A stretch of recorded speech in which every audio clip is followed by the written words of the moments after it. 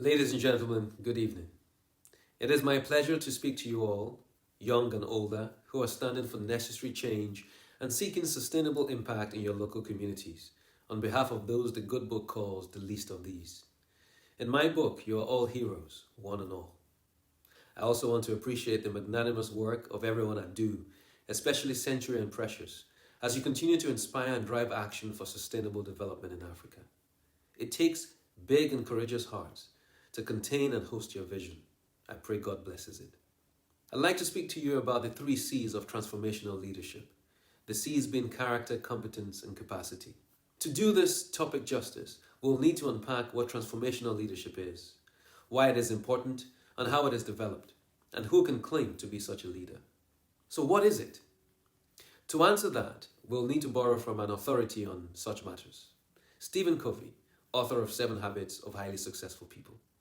He says, the goal of transformational leadership is to transform people and organizations in a literal sense, to change them in mind and heart, enlarge vision, insight and understanding, clarify purposes, make behavior congruent with beliefs, principles, or values, and bring about changes that are permanent, self-perpetuating, and momentum building. Essentially, it amounts to 4 things. Idealized influence, personally modeling the values one wants to see. Inspirational motivation, articulating an appealing vision that inspires and motivates others. Individualized consideration, taking time to address people's needs individually. Intellectual stimulation, encouraging innovation, creativity, and critical thinking to solve problems. Get these right, and you have yourself a transformational leader.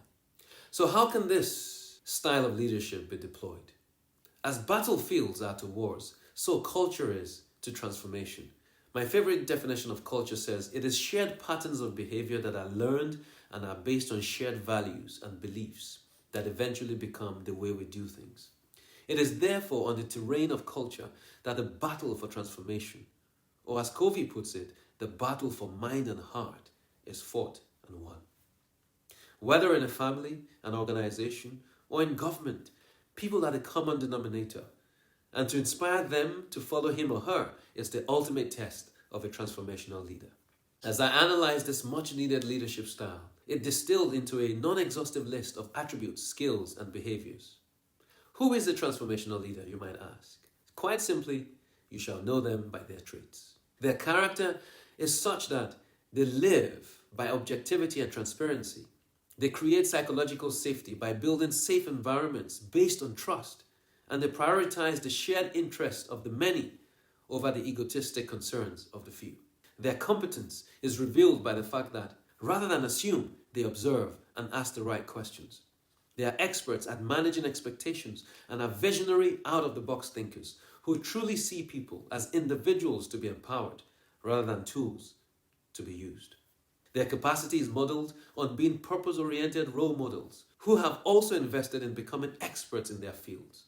Ultimately, transformational leaders often share and have lived the experiences of their followers, forming the basis for shared values, which takes us back to my earlier definition of culture. Let's now address why we need these leaders. It is said that the only constant in life is change. During times of change and in crisis situations, people seek none other than transformational leaders. Beyond the tools and resources needed for one's job, the only other limiting factor to performance is motivation. Relatively younger generations, such as the millennials, they want to be inspired toward a purpose, not merely paid for a job.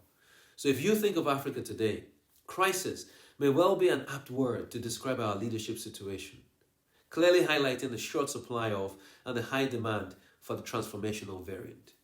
Now imagine an Africa that works. What would it feel like? Close your eyes. Does it make you proud? Now return to the present reality. Guess what? You and I are the bridge between those 2 worlds.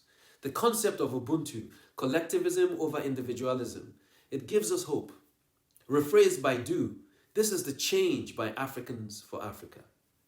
Do's vision is to see 1 billion Africans taking personal and collective action for sustainable development.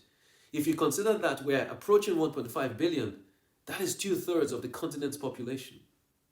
It would be equivalent to every African except perhaps those between the ages of 0 to 10 years old and over 65 doing something. That may sound scary big, but what great vision wasn't? If transformational leadership is all about inspiration, then let us truly challenge ourselves and seek out opportunities to drive real change, because they do exist. This is where the United Nations SDGs come in. There is perhaps no better collectively focused, ready-made framework for community development.